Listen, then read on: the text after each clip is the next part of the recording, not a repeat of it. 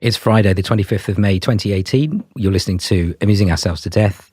Hi, Cam, how are you? Hi, I'm good. How are you? Not bad. Today we're going to be talking about Italy, Kate Maltby, David Gawker, our Justice Minister, the Shell AGM, bean counters, aka the Big Four, a new project on property developers and local councils that's been started by Tamsin Cave of Spinwatch, maybe a little bit about the trade war, AGMs, and the dismantling of the United States of America. Just pop that at the end there. Yeah, I mean, we'll chuck in a few other little bits on the way. So, Kate Maltby, did you notice this one at the time? Because I don't think it got that much coverage. I went mad on it yesterday, but... Do you know, I didn't, not until the stories that have been reported since she won a bit of a settlement. Oh, well, that's what I meant. I mean, even yesterday, did you notice the settlement being reported much? Not as much as I would probably expect it to be, given it's quite a vicious story in terms of what happened to her. I didn't automatically see it on my Twitter feed, and I didn't... Yeah, I mean, I only saw it because in The Guardian, in their paper, they'd said that she was... So Kate Maltby is a Conservative journalist. I assume that she was a member of the Tory party, and she reported David Green, Damien Green, who was Theresa May's close ally and I think Deputy Prime Minister. Who you might remember got sacked because he was watching copious amounts of porn while at work. Right, okay, so I'm not sure if that is definitely true, but yeah, anyway. Sure. He certainly admitted to it being on his computers in 2008, which I think is what he went for. But on the way there, in terms of upping the pressure on him, she said that, I think quite recently, I can't remember when she said, maybe it was as recent as 2015, I think she said that he had met up with her once, and then when he saw a picture of her in the paper looking nice, he sent her a text message saying, offers are open for you to work with me. At some point when they met, I think on the surface it's not a big deal. I think he touched her leg or something like that. He said he could advance her career if they had an affair. Okay, so it's 3 or 4 things at the same time. I could advance your career. A few things. My wife is very understanding. And so just a few little things. And so anyway, she is a Conservative journalist, and it's not really in her interests to make any noise about this, but with the fallout from Weinstein and Me Too, I think she thought it would be more important for her to make a statement. So she did, and they went for it. The Daily Mail wrote a hit piece on her called One Very Pushy Lady, and pictures of her taking a selfie of herself. And I think they were really condemning her for wanting to have a career in journalism and daring to criticise this government. Which becomes a problem when you so how dare you want to become a journalist by criticising the government? It's an interesting situation. How dare you criticise the government as a journalist? Yeah, and it's an interesting story because you raise it as a Conservative woman who's come out with this story, been quite brave, and then been viciously attacked. Well, you know, had a hit piece on her for being brave. And wasn't it you who was telling me that we don't seem to have had the same impact of the Me Too movement happening in the UK? Oh, I was talking to Charlotte from Newspeaks, who told me, and this wasn't in our script today, but she told me that why was there no Me Too here in this country in the same way as in the US? And she said that the top 100, she's also, I think, a director of or trustee of the Independent Film Trust. So the whole question of independent films, she said the top 100 films in the world, about 80 of them were American, 20 were British, which is more than most other countries. And then she asked me how many female directors I thought there were. And she said there were 2. And if you were going to conduct an audit on other factors, for example, race or class, then numbers might be even worse. Yeah. But she said, why was there no Me Too here? Because the film industry, which is quite big here, is just a feeder for Hollywood. And there is no independent film. And in fact, it's just surrounded by predatory capitalists who want to take your money off you in order for you to live your dream, which you will not break even. Yeah. But it's probably quite good for tax avoidance schemes. I've heard, actually. But yeah, coming back to the Kate Mulvey story. Oh, yeah, sorry. She won a settlement of, I think it was £11,000, wasn't it, from the Daily Mail? Interesting, yeah. They didn't admit fault. So they've given her 11 grand, but they haven't admitted fault. And I think they even somewhere else said that it was a gesture of goodwill on their part. Oh, my God. So we've attempted to massacre your reputation. Yeah. You've gotten away with, you haven't killed yourself. You're still working. So it looks like that's failed for us. But, and the other interesting thing is, of course, the Daily Mail's ideal reader is the 40-year-old conservative woman. I think that is their dream demographic, and they've done a hit piece on the kind of woman who's decided to have a career in journalism and talk about what she faces in the workplace. So this is whistleblowing. It's institutional misogyny. And it's press freedom, because we've just had, as we talked about before, this outpouring of the media when that vote was coming on Leveson 2, that we've learned our lessons, we're taking on the powerful. And here, in the midst of Me Too, you have the Daily Mail going after. Okay, so just to unpack Kate what you were Mulvey. saying. Yeah, Leveson 2, I mean, I've probably followed it a little bit more than most people, but I'm not going to pretend to really know what's going on. So I understand there was a clause in the data protection bill, and it was part of that. And Ed Miliband was saying we need to have Leveson 2, and they managed to kill it off. But in the editorial columns of the Mail and the Sun, they kept on saying it's all about freedom of the press freedom, press freedom. And I came to the conclusion that they're talking about freedom for billionaires to be able to print what they want, do a hit piece on anyone who calls out them or their helpers, such as Damien Green, and anybody else. Well, you're in trouble if you want to be in another position. So, for example, Matt Hancock, I didn't watch it, but last Sunday he was on the Marr show, and he received plaudits for basically saying, I'm going to come down tough on social media. Now, I remember interviewing John McDonnell a year and a half ago, and he said, I think we should have a Google tax in order to fund independent media. Yeah. It's quite funny, actually, because Google fund the Bureau of Investigative Journalism, who have now got this Bureau Local thing. So that is a good thing that the Google are doing, in my opinion. But when Hancock said, right, we have to do this, it's all just posturing. Yeah. And afterwards, apparently someone asked him about it, and he said, yeah, it might take 2 years.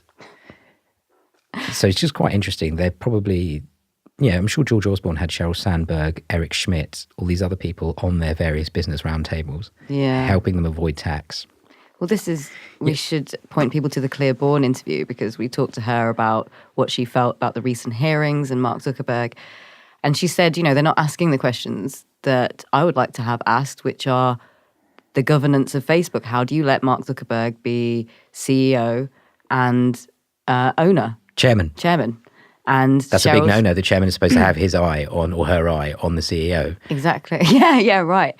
And Sheryl Sandberg is Chief Operating Officer. Daily. Where is she? What's she saying? Daily running the show. She actually, exactly. Great points from Claire Bourne. Obviously, I wish more people watched that video. I remember Sandberg did a little Washington tour months before Cambridge Analytica. And, what's his name? Zuckerberg went round every single state in America shaking people's hands, and people said he was going to run for president. The entire press freedom issue that, as we have said, is we're talking about this as a result of the Kate Mulvey thing.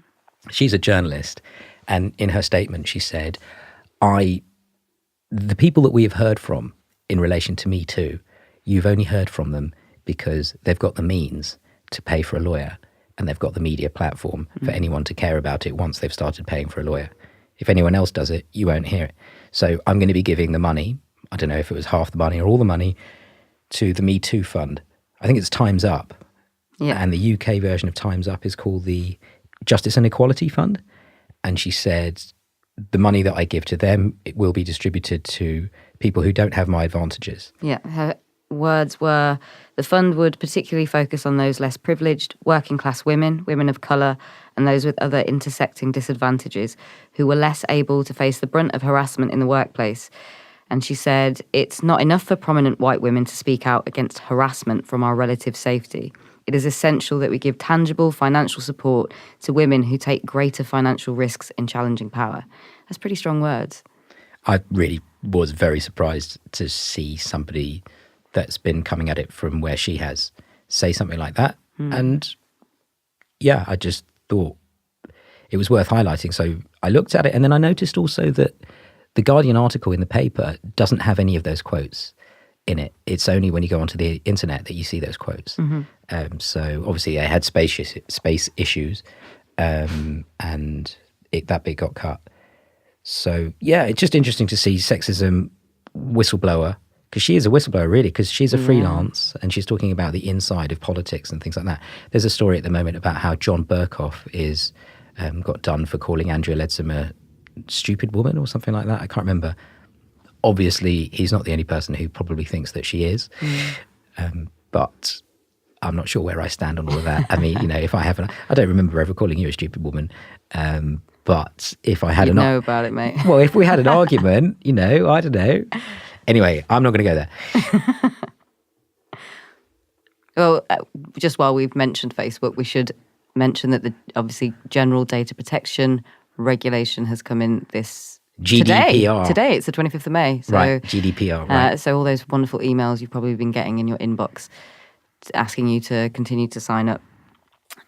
And yeah, do check out that Claiborne interview. I've seen Mark Zuckerberg, he faced EU Parliament this week. And in Brussels, and it was live streamed, wasn't it? It was live streamed. He didn't want it to be shown. He wanted it to be a private meeting. And the EU said, no, we want to live stream it. Interesting that he would like some privacy.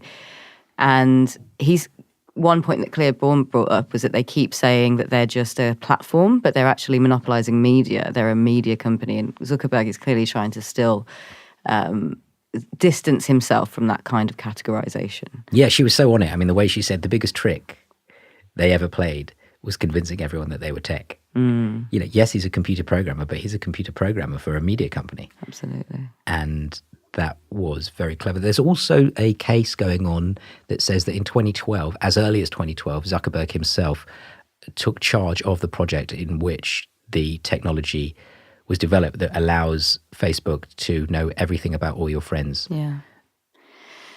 Whistleblower type stuff. And also, yeah, so that he was involved in the scheme whereby the technology to use your data for things like, you know, the Cambridge Analytica scandal will come out of these kinds of techniques in terms of taking your data and making decisions about you. But I think I was speaking to someone yesterday who is interested in kind of psychometrics, deep state and military. And obviously there's this background that's not really been touched on enough, I think, in terms of where this profiling comes from.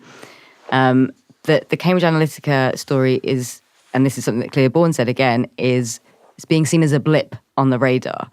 But by who? The players? By Facebook is right. Trying to suggest, you know, there's this horrible thing that came into our platform that was, a good thing. You know, we're the good guys, and this is the nefarious app that came in and did the bad things. Yeah, from my perspective, I think it's being also used as an excuse for them to be able to say, okay, so now we all know that we do facial recognition, so can you just tick that box? Yeah. That's what I had this week. Basically, can you tick that box for facial recognition now? Because we all know it's good for you. Yeah. But this is Cambridge Analytica is a microcosm of what the system is doing all the time.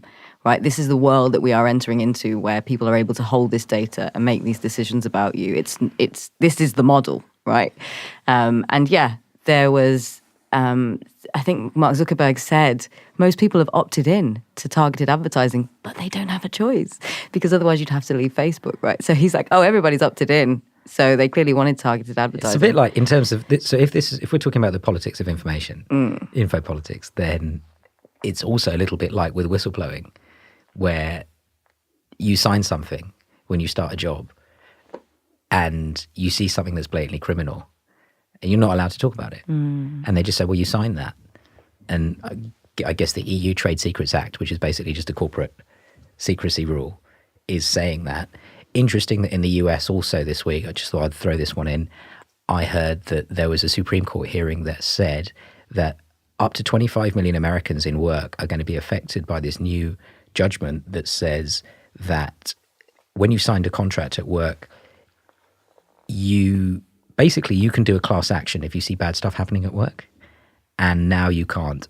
Now you would have to do arbitration. So class action is when you and other victims get together, and so the legal costs go down, and you've set a sort of precedent when you win. And now it's arbitration, which I think means that it's one-on-one, massive resources of the corporation versus you as an individual, where you don't know your interests, you don't know it's just the whole principle of collective bargaining and everything like that, and economies of scale is basically gone. So they'd be fracturing you. And so it's that, they just sort of dismantle everything. It's interesting as well, because when I've had experience of the banking victims in the UK, when you have this is when you were researching the SME victims of people like HBOS and RBS. Yeah. I found that when they made their complaints, they were, you just feel like one person who's making a complaint, and it wasn't revealed to them that actually thousands of people were making similar complaints. So how much are you able to pick off individuals and say, oh, you're a blip. Yeah, you're the exception, rather than this is happening. I love this theme that you're coming out with the blip here, because I think Gillian Tett wrote a book, FT correspondent, she wrote a book called The Silo Effect. And so this fragmentation, it means that people that work for the same organization often don't know what the other people are doing. Right. I've seen that in effect. And so then afterwards they can walk around being innocent, just saying, oh, I don't agree with that. My colleague does it, and it helps my share price and my pension plan. But it's possibly another micro version of strategic ignorance. I can't know everything. In fact, there's a lot of things I don't want to know. Yeah. We're going to come on to that in a minute as well. So we're still officially on Kate Maltby, and we're talking about the issues underneath this hearing. So she could afford to go to court, but she said she's going to donate her money to people who can't, so that power can be spoken to by people who have to take bigger financial risk than she does when they speak it out. And then it makes me think of the Daily Mail, who cleans their buildings. The cleaners won a living wage, a real living wage of £10 or something like that, didn't they? They were all migrants, right? The cleaners of the Daily Mail. And I think perhaps that might have helped the campaign be pushed along a bit further, because just just saying the Daily Mail employs all migrant cleaners, not even on a living wage, considering their output, I think it just caught on in a lot of people's minds. And so the campaign, just knowing that as a fact, travelled quite far. So I don't know if that helped them along in terms of achieving their aims quicker. Yeah, good point. And then parallel with that, brothers in arms of the Daily Mail are obviously the Taxpayers Alliance, the Institute of Economic Affairs, Spectator, and why not say it, Tommy Robinson, Kate Hopkins, all of this lot, far-right, Nazis. Absolutely, yes. And obviously you'd have different components. You'd have the neoliberal component, and then you have the anti-globalization component. But there's still this underlying kind of, are we talking about white power here? Is this what we're talking about, Ku Klux Klan? Now, they might not want to be associated with that in every single way, but that's how it looks. I saw tweets going out this week about the fact that lots of them have the same address. Yes, this is Tufton Street, isn't it? 55 Tufton Street. 55 to 57. Okay, so that's the kind of official address of a few different organisations. Yeah, so we've got the Taxpayers Alliance, who you might have seen a little bit more on TV regularly. Chloe Wesley. Chloe Wesley was on BBC QT. They've been around for a while. Hardcore Tory pressure group. They really push the workfare programme. Also at 55 to 57 Tufton Street is the Global Warming Policy Foundation, which is Nigel Lawson's climate change denial outfit. And we also have Leave Means Leave, dedicated to the hardest Brexit possible. And Civitas, Spectator's Toby Young. This is his classic liberal free school promoting gang. And I've got that from John Spears on Twitter. So much to unpack there. I mean, especially the difference between classic liberal and liberal. We won't go there for now. When you say work programme as well, the work programme, we're going to be coming onto that in a minute when we talk about David Gawker, who used to be in charge of the Department of Work and Pensions temporarily and is now the Justice Minister, and his comments on prisoners.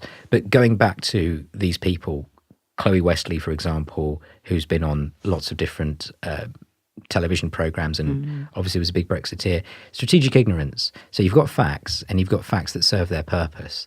And in the little bit of reading about the rules of rhetoric that I've done in the last few days, it basically says you only include the arguments that are actually the facts that are going to help you. Everything else, it's not a convenient fact. So again, it's strategic ignorance. Sure. I will concentrate on the syntax, let the semantics follow. People will understand what I'm saying because I know how to order my words properly. Yeah. But, if there's lots of truth that gets excluded, it doesn't matter. So all of these people are in the same building. Isn't that interesting? It's almost like as if some kind of a Latin American based billionaire such as Michael Ashcroft set up Conservative Home, paid for, what's her name, Isabel Oakeshott, to write a book called Call Me Dave, in which David Cameron was said to have performed fellatio on a pig or the other way round, managed to get the Brexit vote going on, and then afterwards achieve a coup d'etat. Well, It's interesting. It certainly needs. I think DSmog have actually done a good piece on Tufton Street last year, so do check that out if you get a chance. speaking of basically of pure evil, I met Liam Fox on Saturday. Really? Yeah. Where did you meet Liam Fox? Well, he was unaccompanied, Paddington Station. Dr. Liam Fox. Yeah, I was with a friend. We were talking, and in fact, we were actually talking about the temptation of evil and whether or not we should just be evil. Just happened to be discussing that.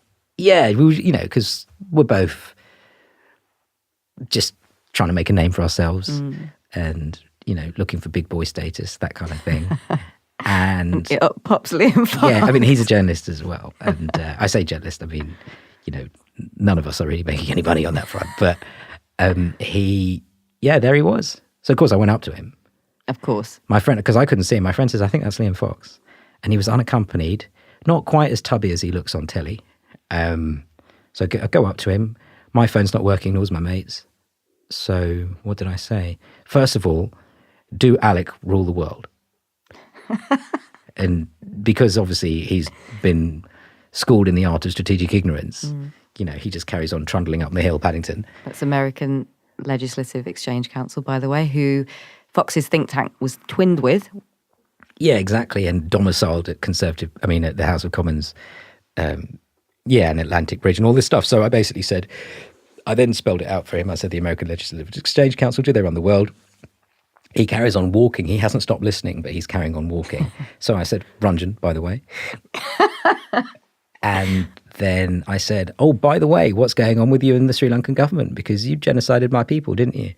He was a Foreign Office minister in 1996, and I think he continued the relationship, and his mate Adam Verity was on a junket, and everyone thought that Verity was a defence minister and all of this kind of stuff. I mean, he got sacked for it, and look, he's back. He came out with a fantastic answer. He basically just said our policy there is the same as it is with everywhere else, which isn't a morally great answer, but quite a good parry from Fox. It's an answer, yeah. Yeah, so I said, look, we're highly critical of all your policies. Can we have an interview? And I mean, this is terrible, isn't it? I'm not sure if I can live with myself for this, because there was a time in 2011 where I remember actually feeling rather strongly about the whole Fox thing, because, he kept on clinging on to power and everyone knew what he had done. By the way, I'm sure he was very much behind the Libya thing. He was defence minister then. And he Just remind people of what he did do. Well, I think you had Obama, Sarkozy and Cameron, and Sarkozy quite clearly didn't want to do the Libya thing. So he said, I'm not doing it. And Sarkozy had been in not that long, I think 2 or 3 years, and Cameron much less than a year. And so Fox is in the background, defence minister, so I think he just cooed it up and just said, let's do this. So they went in and they did it, which was obviously absolutely disastrous in so many ways. Of course. Stock market has gone up a lot since then, though. And if that's the kind of thing you're interested in, then you got some decent returns. And they got a Brexit out of it from all of the migration crisis and all these other things. Which is up Liam Fox's street, isn't it? Yeah, so he's the biggest causer of migration. Wow. One of them anyway. But what was interesting was that he did have a conversation with me, not a very long one, and he said, contact the Department of International Trade, and I don't have a card on me, but he didn't say, let's see if we can line that up. He might be a liar, but that's still a bit too far for him. But, he said, yeah. So interesting. I mean, that was kind of me meeting someone who has killed many, many, many Sri Lankan Tamils by his actions. But I don't feel I can blame him for everything, because he's not the one squeezing the trigger. There's a lot of other stuff involved which I don't get involved in. Yeah. I remember saying to my dad once, years ago, Appa, are you happy that I don't speak Tamil and that I'm not particularly integrated in the Sri Lankan community? And he looked at me and he said, son, I know you. If you were, I know what you'd be doing. So I thought, oh, great. My dad just basically said I would be financing terrorism if I had more connections. So fair enough. All right, let's move on from Kate Maltby. Yes. I don't know if it's genetic. Anyway, who's next? David Gorka. Okay, we've done a lot more time on Maltby than I planned, but we've covered a few other bases. We have. Gorka, we've got Gorka and we've got Italy. So just quickly touch on Italy. So Italy, 5-star, and the Northern League. So the Northern League are fascist, and the 5-star created by a clown and populist. Quite clever, but there they are. They've got quite a few cities, like Rome and Florence and a few other cities in Italy. But the deep significance as far as international markets is concerned is that 5-star said basic income and the League said deportation. International banks don't really care about the deportation thing, but they do care about basic income because there's a lot of Italian debt that's floating around that people are holding and they're being paid out on, and they're worried. I think the idea is, I listened to an FT podcast earlier on, and they said if you're a fund manager in Boston, the types of noise about the basic income and how that's going to affect the Italian budget, that's not what you want to hear. Right. It's bad for them. Yeah, you've been reading Confessions of an Economic Hitman. I have. Yes. Is this related in some way? And if so, please shine a light. How do you mean? Well, just if you're a fund manager in Boston and you hear that Italy is going to do basic income, for me, this is what politics is about. Sure. Well, yeah, I would definitely recommend reading Confessions of an Economic Hitman. I guess the story is just really revealing in the ways that the system is pushed through in terms of US interests and corporate interests. So the ways that people in the US are interested in every geostrategic place in the world. And, you know, this includes Iran, who have clearly been in the news recently, who have now... Who did they dub a terrorist organization because they wanted to come off the dollar? And this is just like a continuation of the US dominance. And so, yeah, I'm not surprised that America is the one who... People in America are the ones who are raising their eyebrows about what's going on. Okay, thank you. This is a change to the system. Yeah, nice. I haven't read it, but as I said, I think, you know, these are these connections that are really helpful. So I was talking about the basic income factor, not the deportation, and the fact that a fund manager in Boston doesn't want to hear basic income coming out of Italy. Now, we are friends with David Graeber, who's got a new book out called Bullshit Jobs. We interviewed him last year. We've done some work on basic income, and we've got some things coming out soon. Cap? Yeah, we did an interview recently with Sarath Davla, who has been involved in India's basic income trials. It's a really, really great interview. I just went over it the other day. That's going to be coming out soon. We'll also be interviewing Barbara Jacobson, who's involved with basic income in the UK. And yeah, just opening up that conversation. Incredible results of what's happened in India. And one of the big points that I really appreciated that Sarath made was about this welfare paradigm that is affecting the world, which is that we are worker-centric. And the idea of welfare is to deal with the exceptions to that, but we're increasingly moving to a world of more precarious work, and we should become citizen-centric because everybody's chasing GDP, everybody's chasing growth, and the results of that are producing perverse things. So in India, there's been a spate of farmer suicides, incredibly tragic, because small and marginal farmers, he said, are struggling to make the money that they were able to make before. And when those problems happen, the government's answer is to just waiver the loans. Now, instead of doing that, why not just give everyone the basic subsistence and the security that they need to live? So the government's wavering on the loans. Right, that explains to me a lot of the stories I've seen, which isn't really that many because I don't read about this that much, but about non-performing loans in India. So if you're a bank and you loan and you lend money and then afterwards it doesn't come back, that's called a non-performing loan or a bad loan. And if it's never going to come back, you've got a problem. You've got a black hole in your balance sheet. And people said in India, one of the problems they have is all the non-performing loans they've got. And so it's basically people are in unsustainable situations. I remember 15 or 20 years ago seeing Vandana Shiva talk about people committing suicide. And she then said, we're mainly Hindu in India. When a Hindu commits suicide, we actually believe we're coming back. So it's a big deal. Yeah, absolutely. I can't remember. Yeah, I've lost my point there. But Oh yeah, well, look out for that. Look out for those interviews. They'll be very, very good. You were going to say something about Barbara and the dangers of losing the basic income argument to the right. Oh yeah, that's it. So Barbara said, she told me, well, look, if the left-wing parties don't start talking about basic income more and more, then eventually it will just be the National Front that do it. So in France, it'll be the National Front. So right now, the League are against the basic income, and the Five Star are for it. But if they go in coalition, they're going to have to deliver. So either way, that coalition will deliver basic income, or will try. So that's interesting. Another thing that's been happening in conversations with Barbara is that I send her stories that I see from the Daily Mail, because obviously she's not interested in reading that, where they big up Ian Duncan Smith and they talk about the numbers and they talk about how many people are in work. So they're always doing, Hugo Duncan, I think, is the guy who does it there, always doing these stories about what a great economy the UK economy is and how many people are in work. But what Barbara told me was that most of this work is temporary. It's part-time, and people can't go above a certain amount of hours because then they'll hit the benefit cap. Yeah. So actually, all of these people, it's more like before the Industrial Revolution, you didn't have unemployment, you had underemployment. And yeah, so this is what we're moving towards. Well, yeah, I mean, it's a total fudge. You know, you'll hear the Conservatives saying employment is at its highest ever, but of course you've unleashed the kind of precariat, the 0-hour contracts into that world.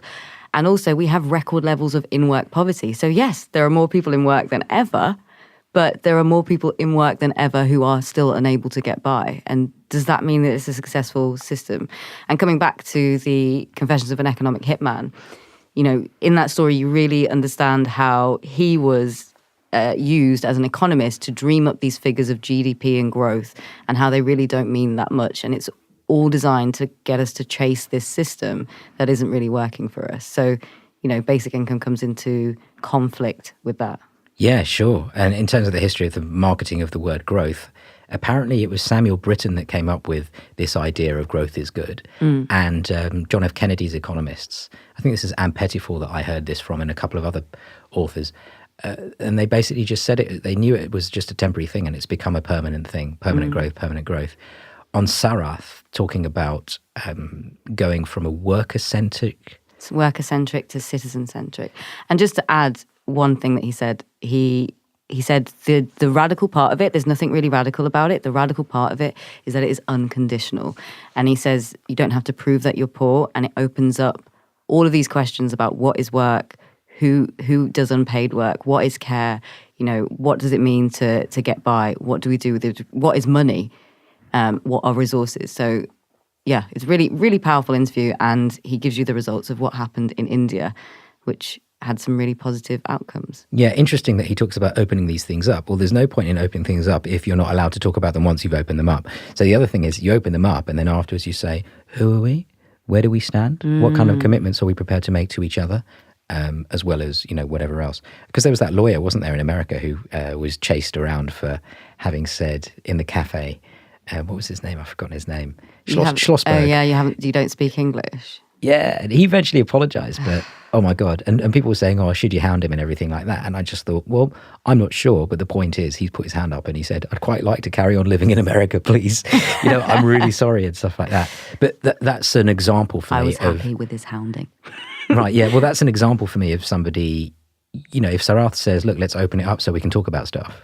That's somebody who's there saying, no, you can't talk about stuff. I can talk about stuff, but you can't. Yeah. And this freedom of the press, actually, if it is freedom for billionaires, then Sarath says we're going from a worker-centric discussion and we should have a citizen-centric discussion. But in actual fact, unfortunately, we're being told that we have a worker-centric discussion. I don't remember a Marxist press apart from Morning Star. I think what we're talking about here is a billionaire-centric conversation, or to pimp a new book that's coming out, a CEO society. So essentially this deification of the CEO, the rock star CEO, that's it, of basically saying, oh, it's a CEO said it, so it's amazing, right. As if they're better people. So this is back to our old Hindu hierarchical pyramidical structure of society, which is where, you know, the Brahmins are allowed to read and no one else is. And again, this Clea Bourne does mention this in the interview, the mythologies that we have about these new tech entrepreneurs being these guys who T-shirts. really, t-shirts and shorts, and I think she said they look so cool because they make it look effortless to be this billionaire. So they're even cooler than I'm just a decision maker. Yeah, I know about decision making. My dad didn't help me. I know about decision making. You might have known a hedge fund. Yeah. And so, of course, Martin Sorrell, who until recently was the head of WPP, this is, again, part of the strategic ignorance argument. He was in charge of WPP for 33 years. So he's a Davos guy. And this was an example of what used to be called cardigan capitalism. So now it's T-shirts, with Zuckerberg and everybody else. But it used to be cardigan capitalism, where people broke out of their suits and people like Richard Branson wore a cardigan at Davos and said, listen, everybody just lighten up, learn about meditation and happiness, that sort of thing, almost. Right, yeah. And Martin Sorrell was the ultimate kind of cardigan capitalist on that front. And nobody knows why he lost his job. He was in charge of WPP for 33 years, gave himself a £70 million bonus last year. Nice. Yeah, and apparently even he doesn't know. Apparently they asked him, you've been naughty. Can we tell you what you've been doing? And I think he basically just said, no, don't tell me. And so the shareholders are saying, we would like to know because we trusted this company, and they're being told for data protection reasons, you can't know. So the guy who, in charge of their company, Really? they're not allowed to know. No. And HSBC have just moved. This relates to Clear's talk as well, because she was talking about how the different banking departments and products have these relationships with financial journalists. Well, HSBC have moved their business away from WPP, one of the world's biggest advertising firms, to someone else, probably to his new outfit, which would indicate to me that they don't care about the advertising. What they care about is what he can sort out for them. His address book. Who do you know? Yeah. All right. Moving on. We are seriously running out of time here. Gawker. So David Gawker, he was Treasury for ages. You can just see that he's almost like Michael Gove. You wheel him out when things are really difficult. He's a man who's just got no regard for other journalists. It's okay if they're on his side, like Andrew Neil, of course. Yeah. But, they can make it look like an argument, but he can just nail it. So he's now the Justice Minister. I understand that means that he is the boss of Jeremy Wright, who is the Attorney General. And Jeremy Wright chooses the next head of the Serious Fraud Office. I had a conversation with Sue Hawley of Corruption Watch about this. So far, nobody being appointed the head of the Serious Fraud Office. They still haven't announced it properly, have they? No, apparently people saw who was interviewed and could tell who was told that they didn't get the job. And so from that have been able to work out by a process of elimination that it must be her. But for some reason, this announcement isn't being made. Now, as I said... Lisa Osofsky. Yeah, Wright reports to Gawker. And Gawker, his background is he's a solicitor in the financial services. I think he's got family very high up in legal publishing as well. So we're talking Illuminati here, basically. And he was at the Treasury, temporarily DWP, so in charge of unemployment, benefits, sickness. Came in to sing the praises of a completely broken universal credit system. Right, He did that. And so now that he's in charge of justice, he's in charge of prisons. And so I remember when Gove took over prisons, I said, are you going to allow prisoners to read now?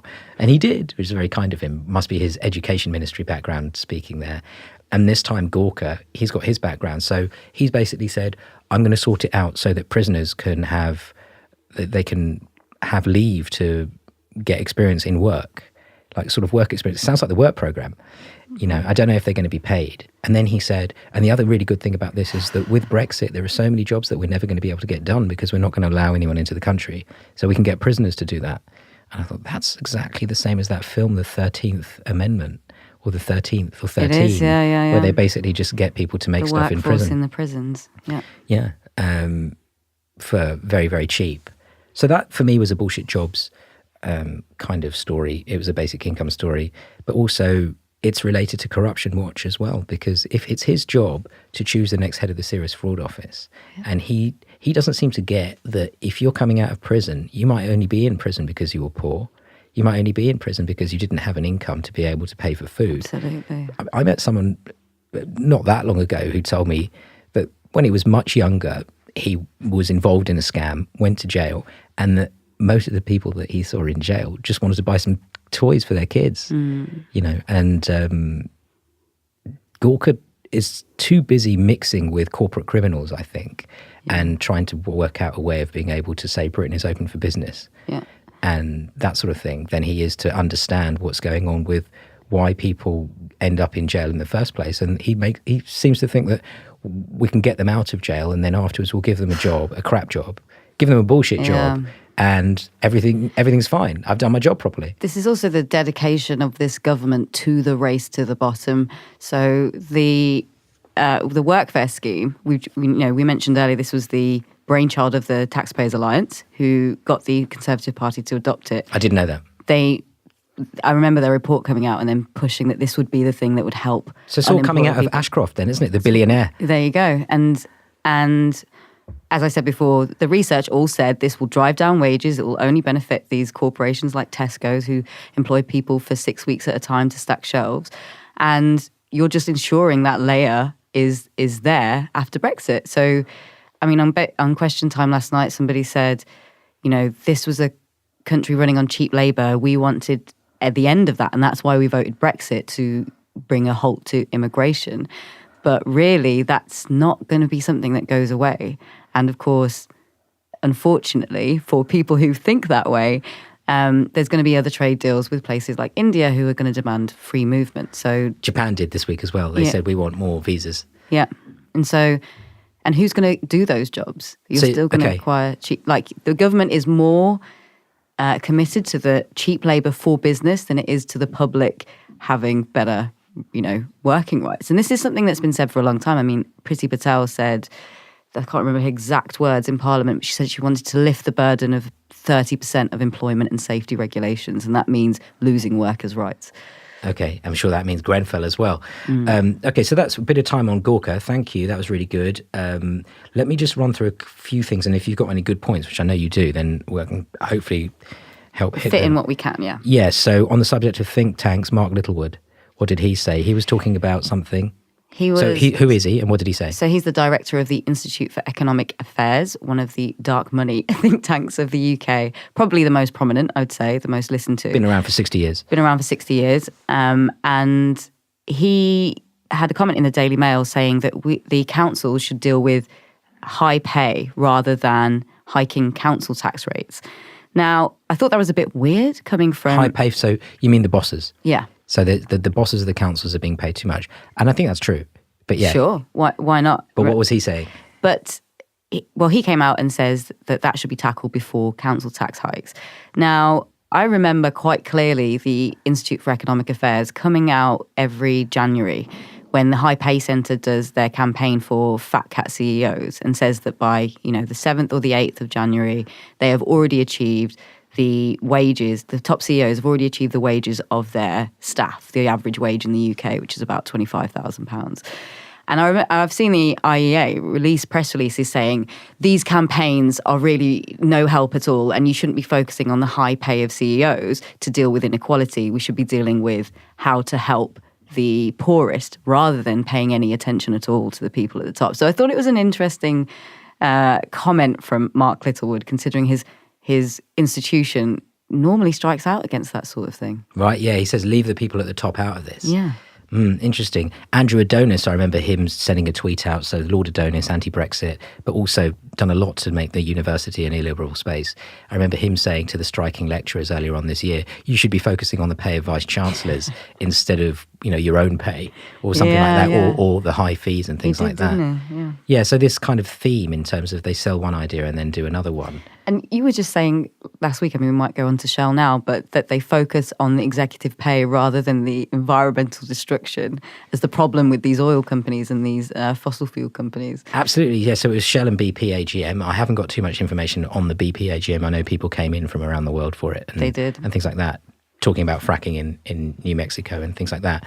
But the Shell, I remember seeing in the papers, they said that the shareholders of Shell said, we think the managers are paying themselves too much, but 94% of them backed them on the climate, which is take no responsibility for what you've been doing, which is basically just saying it's kind of like a mass suicide pact. It's kind of ISIS. It's kind of Al-Qaeda.